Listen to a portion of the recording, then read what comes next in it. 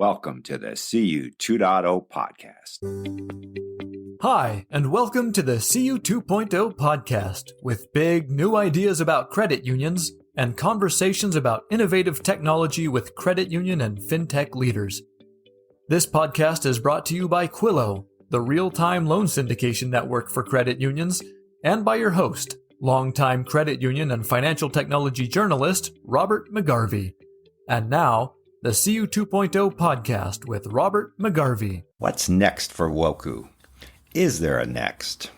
The trigger for the questions is a notification from the U.S. State Department that paused all funding for USAID programs for 90 days. There's no promise that funding would resume after 90 days. Caught in this are three major WOCCU projects in Ukraine, Ecuador, and Peru, and sub-Saharan Africa. That background is why we knew we had to schedule a call with WOCCU, the World Council of Credit Unions, to learn what's happening and what the future is. On the podcast are Paul Andrews, WOCCU VP of International Advocacy, and Erin O'Hearn, WOCCU International Advocacy and Regulatory Council. This show, despite the USAID news, is surprisingly upbeat. That's despite the profound uncertainty about the future of USAID monies. WOCCU still has plenty of good works to do, and WOCCU believes it can continue doing these good works. You'll also hear how you can help WOCCU now. Listen up. Okay, let's start with what happened recently that's changed your work and your lives. It has been an interesting couple of weeks or a month now, I guess, over a month. Interesting to say the least in terms of some of the dramatic changes we've seen within the administration. And so, part of the organization, I might take a step back here, and the World Council of Credit Unions is a trade association at its heart. We serve the international credit union community and have credit union members and financial cooperatives in over 100 countries. And so we represent the global credit union movement worldwide, but certainly a critical part of the work that World Council does and did was funded by USAID. So in addition to the trade association work that we've done, is also the project work, so international development project work. And we did have 3 projects at the World Council of Credit Unions that were funded by USAID, which certainly changed directions there after we received the termination letters. I mean, this kind of was a bolt from the sky. It's like, what the heck just happened? How does the funding stand now? And I ask because judges have issued various restraining orders. It's very hard to keep track of who the players are anymore or what the score is. You're right, Robert. It is a challenge, and we are following the court cases that are ongoing very, very closely. There's one case in particular where the judge has essentially ordered USAID to pay everyone that was owed money up until February 13th of this year. And we understand that some of those individual organizations are being paid, and we're trying to ensure that WOCCU gets paid for the work that it's done. It's early days in some respects because of the way that the USAID has been shut down, but there does seem to be some movement, and that's giving us some hope that we will at least be paid for the work we've done through the 13th of February. And how much money is on the table in this regard? For us, what we're owed in back funds is about $1.5 million. But overall, the contracts that we had with USAID were in the vicinity of about 11 and 11.5 million for this year, for 2025. So all of that is been wiped away. And what we're hoping is just to at least recover what we've incurred up to the 13th of February. And we hope beyond that for the costs we've incurred for closing down the projects, but we'll wait and see about that. So that's where we are as of today. And some of those projects, some of the big money projects, one was in Ukraine, one was in Peru and Ecuador, and one was in sub-Saharan Africa, if my memory's right. You're right. 100% correct. At least one of those is a very hot spot, Ukraine, of course, but sub-Saharan Africa is always interesting. Where does WOCCU come into this? What do you do? And I ask because a lot of people in the American credit union world are pretty ignorant about WOCCU. Not against it, just what's it do is the question. Yeah, I appreciate the opportunity to share a little bit more about the World Council of Credit Unions because it does play an important role within the larger ecosystem of the credit union movement. And so essentially a lot of what we do within the trade association, or at least what Paul and I focus on, is in the international advocacy space.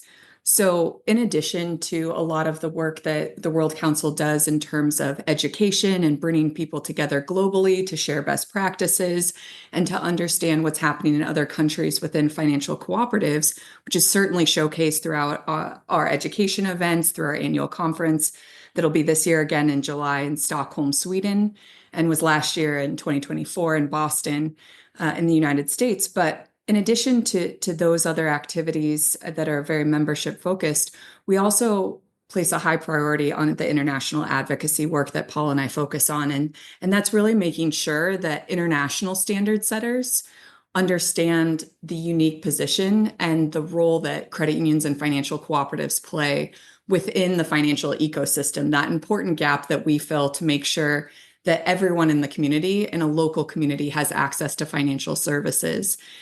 And that's really key in terms of the regulatory advocacy work that's done within individual countries. So America's Credit Unions does a fantastic job of making sure the regulatory environment is enabling for credit unions throughout the United States. But regulations aren't always started within one country. So many times they begin with international standard setters and then move to individual national governments. So at the international standard setter level, they may set an international standard that then filters down that the United States and those credit unions have to deal with. So whether it's the NCUA or FinCEN dealing with something that an international standard that was set by those international standard setters, we want to make sure that the credit union voice is heard and that there's an opportunity for proportionality. We're not against regulations. We want to make sure there's an enabling regulatory environment and that it's appropriate for credit unions, because what is appropriate for large international banks is often not the best regulatory framework for local financial institutions such as credit unions. And so we really want to make sure that that voice is heard and that there's flexibility within those regulations at the international standard setter level. So when they do filter down to individual countries like the United States, there's the opportunity to adapt them, still conform to international guidance, but to adapt them for the specific model that credit unions represent. So that's one key area in terms of the international advocacy. We also want to make sure that in addition to where regulations start in terms of the international standard setters, they may also start in other countries. We've seen open banking start in Australia. We've seen an artificial intelligence act within the European Union. We certainly saw a lot of privacy work come out and regulations come out of the European Union as well. And those regulations sometimes can move between countries as they start to develop. So we also want to make sure that we're staying ahead of other regulatory modernizations and adaptations that come along to make sure that the credit union message and voice is heard so that they can be appropriately adapted as they move between countries. Are U.S.-based credit unions members of WOCCU? They are. Yeah. Yes. Roughly how many? So the membership actually works through America's Credit Union. So we have a primary member that represents within each country or region. And so for the United States, that's America's Credit Unions. So anyone or any credit union or credit union state league that is a member of America's Credit Unions receive the benefits of WOCCU. So they're essentially a member via their membership of America's Credit Unions. And that's, I suppose, why WOCCU had some stage time at the recent GAC in Washington, D.C. Exactly. Yeah, we were very excited to have the opportunity. You know, America's Credit Unions has been a terrific member and a terrific partner to help promote credit unions and financial cooperatives worldwide. And, you know, part of that is the opportunity to engage with our members. And certainly the United States are an important piece of our membership there as well. And what was your sense of, GAC, the raison d'etre of GAC, well, several of them, but one is to, quote, walk the hill, close quote. Was there discussion on the Hill about the WOCCU? There was discussion on the Hill, not only from Aaron and myself, but also from many of the credit union leagues and other large credit unions who did also walk the Hill, and talking to their representatives, their senators about a couple of issues. One of which is the issue that we face with respect to the funding cutoff from USAID, and demonstrating why that has been very, very challenging and difficult and really unprecedented in so many ways. At the same time, they were also raising the issue of ensuring that credit unions remain tax exempt and not treated like banks, which goes back to something Aaron said a little bit earlier, to be sure that what applies to big banks doesn't necessarily apply to credit unions. And so they were very, very supportive of WOCCU in their meetings. And we know, getting feedback, that there was some receptivity, fortunately, for the position that we're in. I assume you talked about the WOCCU project in Peru and Ecuador, which is downright ingenious, as I understand it. It's helping people who are fleeing Venezuela to settle in those countries and not settle in the United States, which is that ought to resonate real well in Washington, D.C. today. I think so. I think our experience was that that was one of the examples that we used in our meetings. And we know we asked our credit union colleagues in their meetings to use that as an example. We had, as Aaron mentioned earlier, a project in Ukraine. We used that as an example. And then, of course, we have some work ongoing in Africa, and we use that as an example as well. And each of those really do adhere to what the current political climate is really all about here in Washington, D.C., about economic security, about prosperity, and about stability and security. And each of those projects really does contribute to those goals of the current administration. And we tried to emphasize that in every meeting that we had.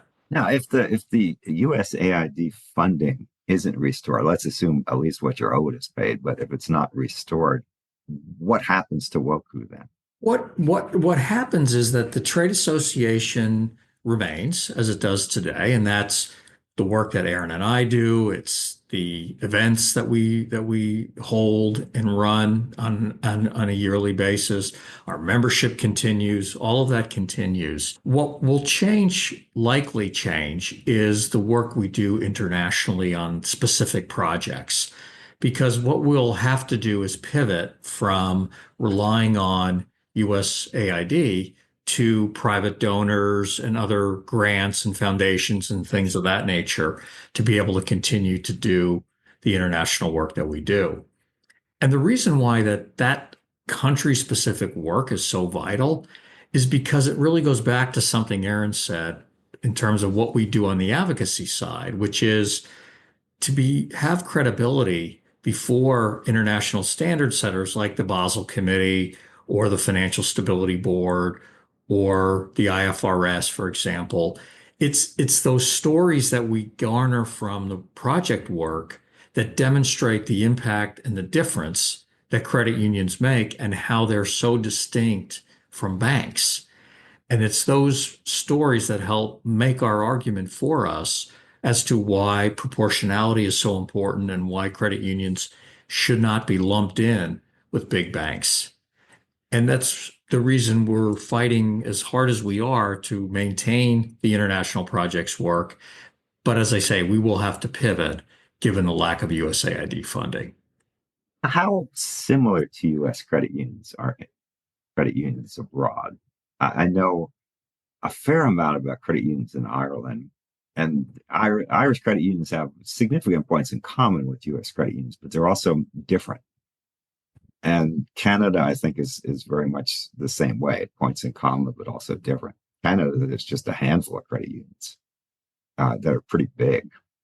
Whereas in America, we have 5,000 credit unions, most of which are pretty tiny. Yeah, it's a great question. And, coming from the US credit union system, it's really been such an opportunity to get to learn about credit unions and financial cooperatives in other countries, mostly because there are so many similarities and similar challenges, and certainly a similar mission and a certain structure that's really true to credit unions worldwide, making sure that their board represents their membership, that they're democratically elected, that they are not for profit in terms of their mission and their focus within a local community. But as you mentioned, there are a lot of differences, and not only in asset size, the number of credit unions, but also in terms of how they how their regulations are developed and modernized over time. Some are much further along in terms of a full regulatory structure. Some are still working through that. Certainly, I always pivot to the regulatory side, and so there are those differences amongst powers and authority, how they're chartered, things of that nature, very technical differences. But there is also, I think, a true similarity in their passion and mission for serving the community.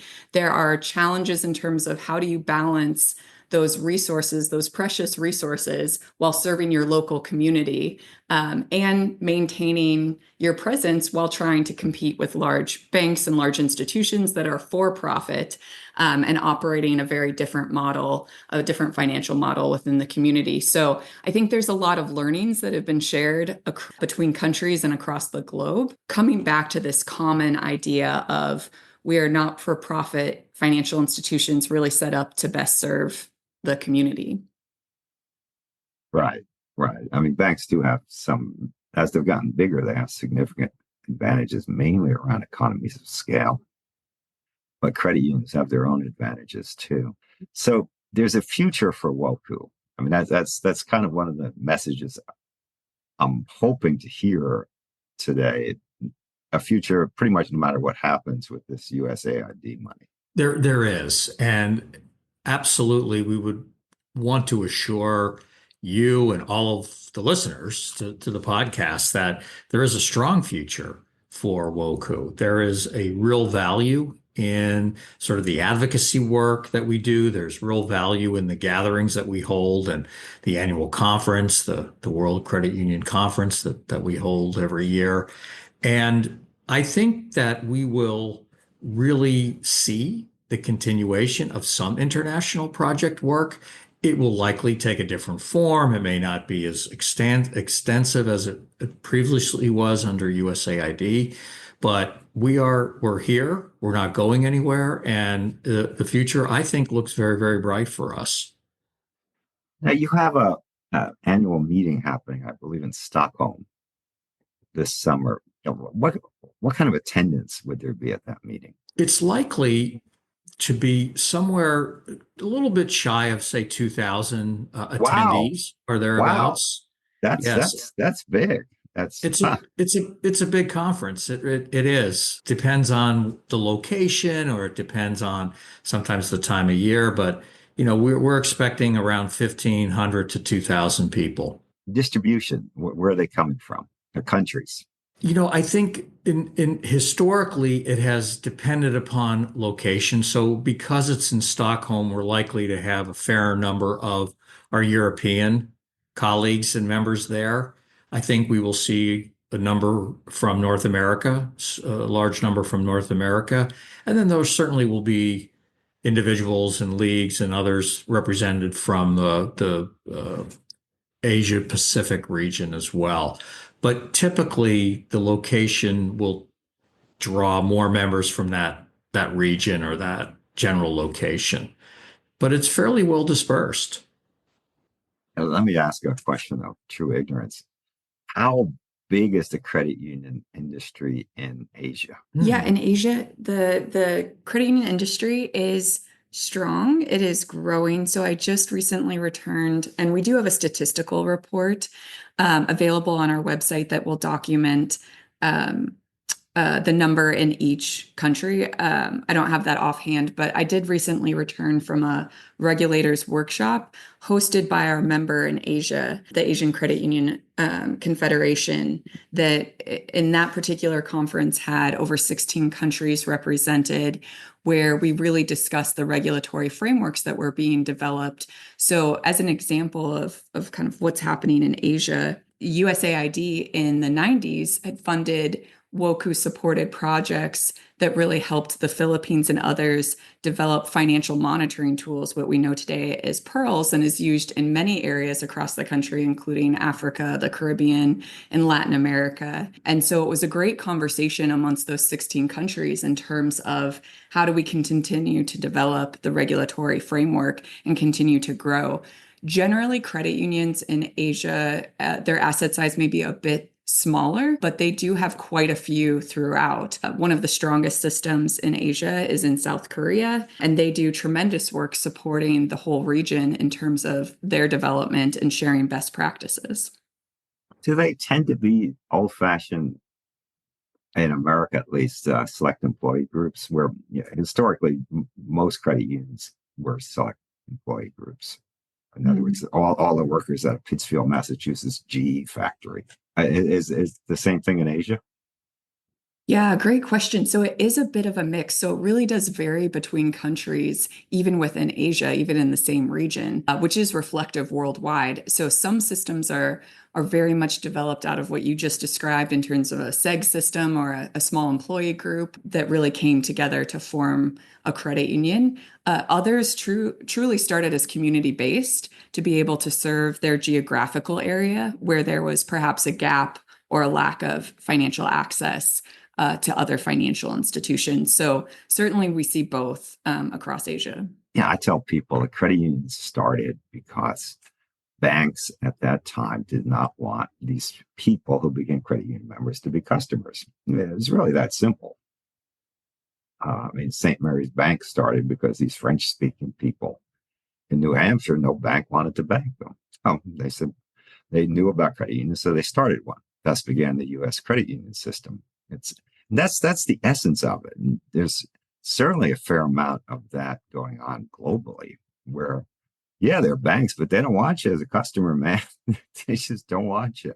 Exactly. And I think that challenge continues to grow as we see the wealth gap continue to grow in many countries worldwide, where if it's not profitable to bank someone or to provide an account or to provide financial services, they don't have access to it, or they don't see the value in it from other financial institutions. So credit unions really continue to fill that gap worldwide and making sure that everyone within the community has reliable, dignified financial services that they're able to access, which only continues to share the importance of that tremendous value that it adds to the community worldwide and the economic stability that it can really create with not only within a community, but within a country.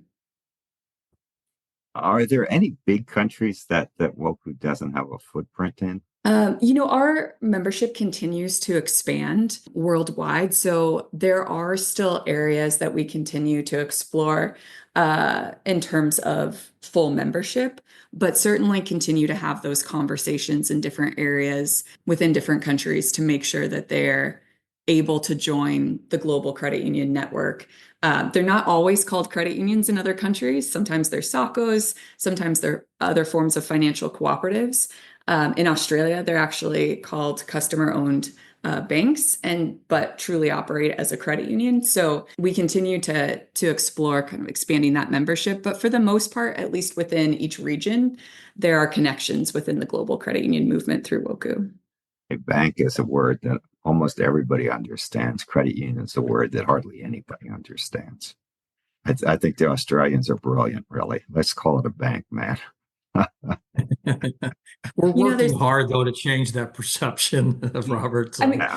There's different benefits, pros and cons in each way. I think it raises a great point, though, in terms of the importance of a strong reputation within the credit union movement and continuing to grow that understanding and knowledge, not only amongst the community so that they're able to join and understand the benefits of joining a credit union, but also with regulators to make sure they understand that credit union difference. And, I think it's a great moment to raise the point of the United Nations International Year of the Cooperatives is one that we're really grabbing hold of in terms of the advocacy discussions with international standard setters and different national level governments in terms of their regulators to make sure that they understand not only the power of the cooperative model, but the true importance of financial cooperatives. So yeah, it's an ongoing, I think every credit union can relate to that. It's an ongoing battle to make sure that the community and regulators understand the credit union difference, but it's one that I think our members are well poised to continue that education fight on. Now, what's the mood in WOCCU's office today? In other words, let's say you have a lunchroom, and if I were to go in that lunchroom and sit and just listen, overhear what people are talking about, what would be the mood I'd pick up on? I think it's fair to say that there is a lot of hope about the future. I think at the same time, a little bit of uncertainty, just not fully understanding exactly the regulatory landscape here in Washington, but also in countries around the world, in the UK and other places, the European Union. So I think we always live with uncertainty in the regulatory world, and that is really nothing new. I think there's a little bit of additional uncertainty now just because there's so much going on with respect to the political landscape, of course, here in the US, but also in other countries around the world and what they're trying to accomplish. So I would say a lot of hope, a lot of good things coming, but a little bit of uncertainty as well. The other piece that I would add to, I think Paul's exactly right, is, credit unions have been through challenging times before. I think WOCCU is very reflective of the credit union movement as a whole. And I think during challenging times, whether it's something you're facing as an organization or the credit union movement is facing, is really the time to kind of dig in your heels and understand that credit unions play a more important role than ever in terms of looking ahead to the future. And so I think there's a lot of digging in the heels and understanding the work we're doing is really critical and making sure that work continues right now too. Now, if you had the opportunity to tell credit union people one thing they could do or should do, or maybe they should want to do in behalf of WOCCU, what would that one thing be? Well, I'll start, and then perhaps Erin can add her You view on you this. can each have a one thing. That's fine. Great. That's great because that'll help us. My one thing would be to ask them to continue to engage with their lawmakers in their jurisdictions to explain how important the work of WOCCU is and how important the international work in particular really is beneficial to the US and how it really helps foster a more global community that is really contributing to things around financial access and understanding that we're one global community and that we all have to help one another. And that would, I think, help WOCCU a great deal. Yeah, and I completely agree with Paul's. I think that's the best place to start. If we get to add a second one on there, I would also say engage in the World Council of Credit Unions activities, engage in the global credit union movement. I think everyone will be surprised at how much they can not only share about their best practices and what they're doing, but to learn from other systems in terms of how to improve and how to grow and how to continue to serve their communities. So there are lots of ways to engage with World Council, certainly through our advocacy work as we continue to host webinars and to reach out and to have regional discussions and network conversations. There's the conference that you mentioned. There's certainly ongoing educational opportunities, whether it's for young professionals, whether it's through female professionals really growing their work. There are a lot of global networks available through the World Council of Credit Unions, and I hope folks take advantage of those. Before we go, think hard about how you can help support this podcast so we can do more interviews with more thoughtful leaders in the credit union world. What we're trying to figure out here in these podcasts is what's next for credit unions. What can they do to really, really, really make a difference in the financial scene? Can't all be mega banks, can it? It's my hope it won't all be mega banks. It'll always be a place for credit unions. That's what we're discussing here. So figure out how you can help. Get in touch with me. This is rjmcgarvey@gmail.com. Robert McGarvey again. That's rjmcgarvey@gmail.com. Get in touch. We'll figure out a way that you can help. We need your support. We want your support. We thank you for your support. The CU 2.0 podcast.